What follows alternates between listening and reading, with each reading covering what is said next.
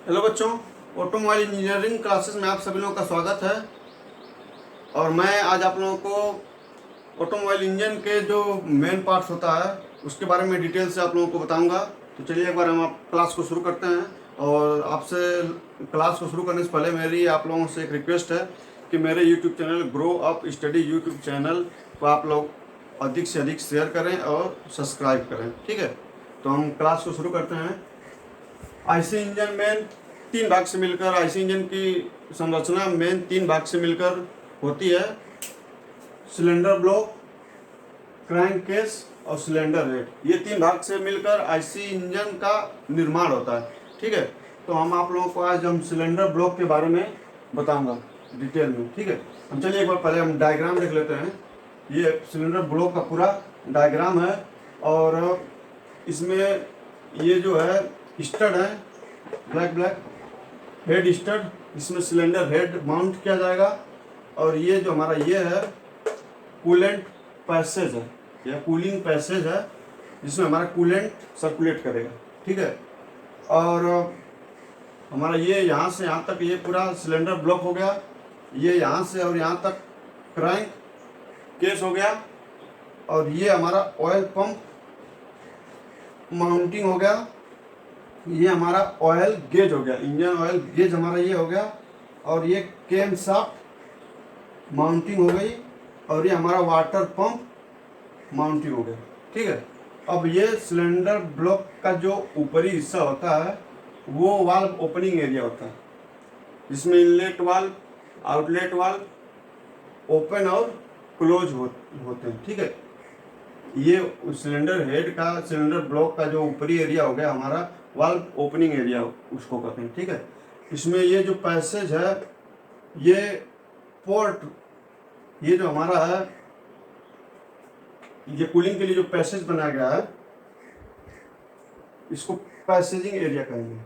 जितने में ये कूलिंग के लिए पैसेज बनाया गया है उसको पैसेजिंग एरिया भी कहेंगे, ठीक है। ये हमारा जो बोर हो गया, सिलेंडर बोर हो गया, जिसमें पिस्टन अप एंड डाउन या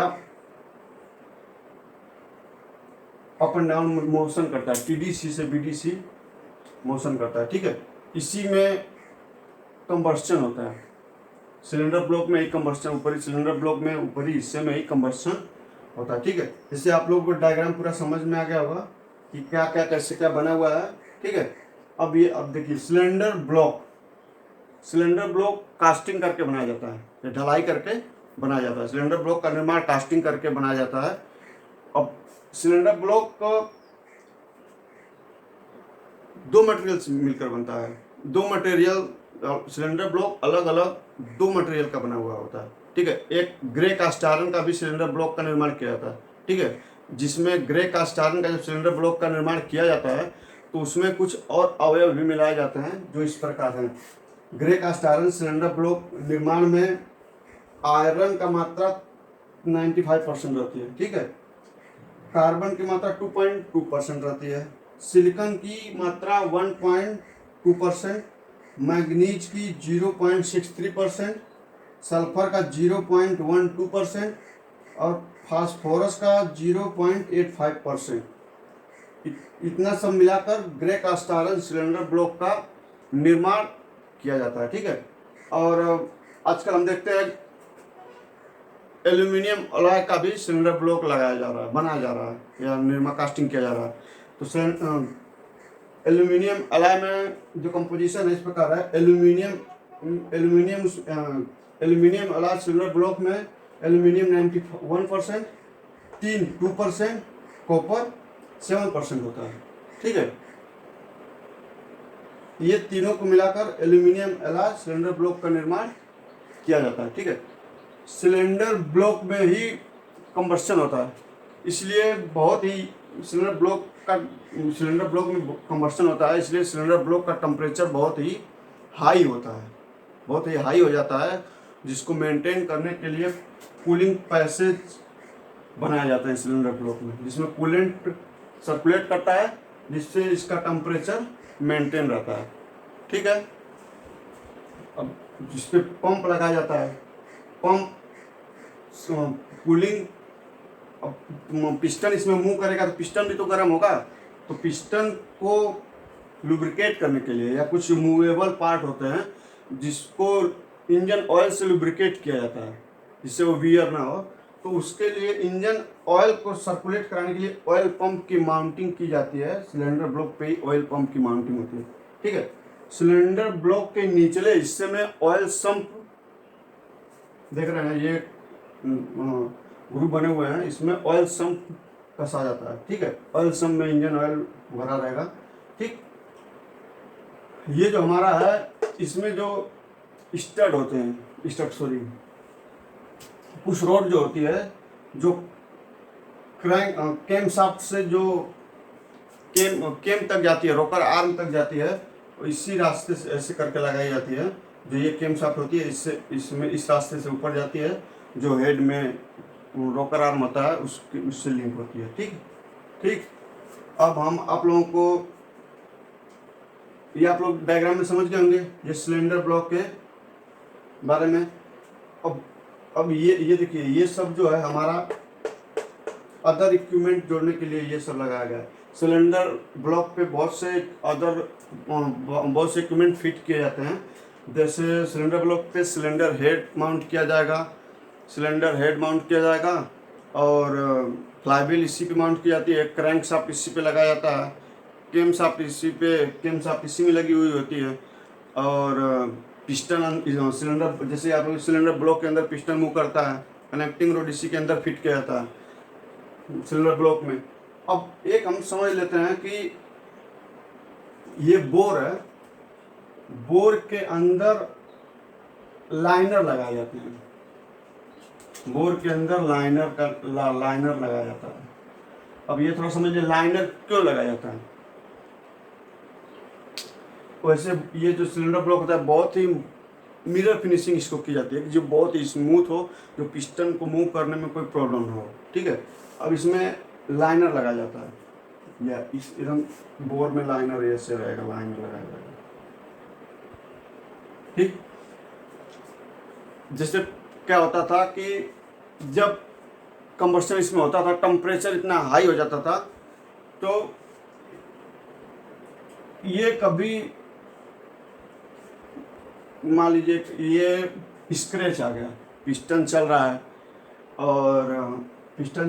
स्क्रैच आ गया, गर्म हो गया, इंजन गर्म हो गया, और जैसे हम कैसे इसमें कंबस्शन हो रहा है, इंजन का टेम्परेचर हाई हो गया, और ये इसमें हल्का सा स्क्रैच आ गया, या ये कूलिंग नहीं हो पाया किसी कारण, बस टेढ़ा हो गया। तो जब टेढ़ा हो जाएगा तो पिस्टन मूव नहीं करेगा, इसको पूरा चेंज करना पड़ेगा, ठीक। तो जब इसको पूरा चेंज किया जाएगा तो ये बहुत ही कास्टली होगा, कास्टली रहता था। तो इंजन तो पूरा डेड हो गया, इंजन पूरा ख़त्म हो गया।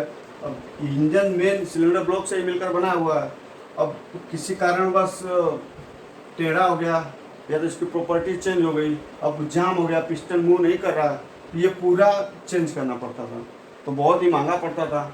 तो उसके लिए लाइनर लाया गया, लाइनर को हम स्लीव भी कहते हैं।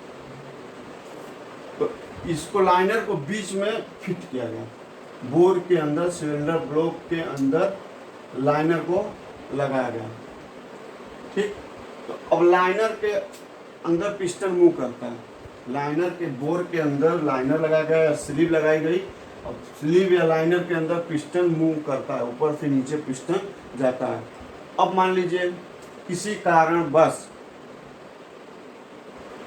लाइनर टेढ़ा हो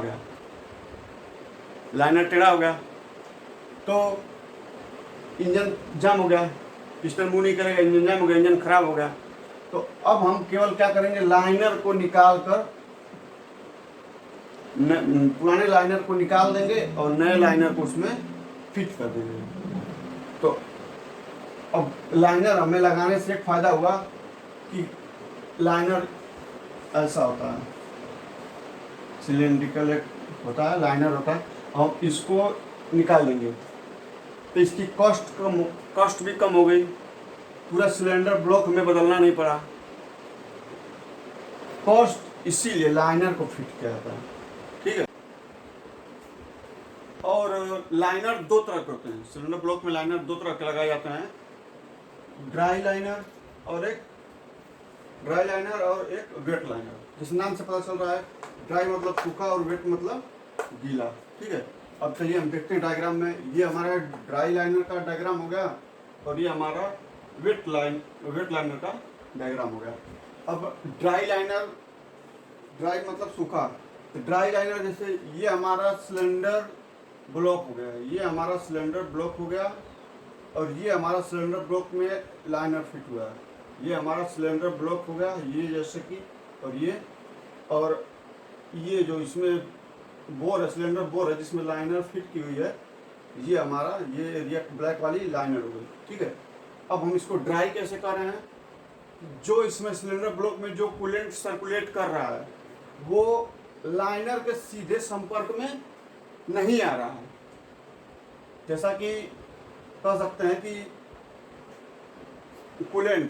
कूलेंट जो है वो लाइनर के अगर संपर्क में नहीं आएगा या लाइनर को कूलेंट टच नहीं करेगा, जो सर्कुलेट कर रहा है कूलेंट टच नहीं करेगा, तो उसको मतलब जिस लाइनर को कूलेंट अगर सर्कुलेट कर रहा है, टच नहीं करेगा, उसकी सतह से संपर्क नहीं करेगा, उस तरह में उसको हम ड्राई लाइनर कहेंगे। ठीक है, जैसा कि देखिए ये ब्लॉक हो गया, ये ब्लॉक है हमारा, ये बोर है, बोर में हमारा लाइनर लगा हुआ है और ये हमारा पैसेज है। ठीक है, वाटर पैसेज है, इसमें कूलेंट सर्कुलेट कर रहा है या पानी सर्कुलेट कर रहा है। तो पानी देखिए, ये हमारा पानी हो गया, जैसे ये हो गया, ये एरिया हमारा पानी हो गया। पानी और लाइनर के बीच में सिलेंडर ब्लॉक है, ये लाइनर है। और पानी जो है डायरेक्ट लाइनर से संपर्क में नहीं आ रहा है, इसलिए इसको हम ड्राई लाइनर कहेंगे। पानी है और ये सिलेंडर ब्लॉक का पार्ट है और ये लाइनर है, तो पानी और लाइनर कॉन्टेक्ट में नहीं आ रहे हैं, इसलिए इसको ड्राई लाइनर हम कहते हैं। ठीक है, अब हम वेट लाइनर देख रहे हैं। वेट मतलब क्या हो गया? गीला। तो अब आधा तो समझ में आ गया होगा कि वेट मतलब गीला। तो उस लाइनर में, उस सिलेंडर में जिसमें वाटर या कूलेंट लाइनर के संपर्क में आ रहा है, उसको हम वेट लाइनर कहेंगे। ठीक है, अब जैसे ये हमारा सिलेंडर ब्लॉक हो गया, ये हमारा लाइनर हो गया, और जो ये हमारा पानी अंदर इसमें कूलेंट सर्कुलेट कर रहा है, उसका संपर्क हमारा लाइनर से हो रहा है। ये हमारा वाटर हो गया, ये वाटर हो गया। तो अब देख रहे हैं कि वाटर और लाइनर का संपर्क हो रहा है, इसलिए, और ये गीले संपर्क हो रहा है, तो ये गीला हो गया, इसलिए इसको हम वेट लाइनर कहेंगे। ठीक है, अब ये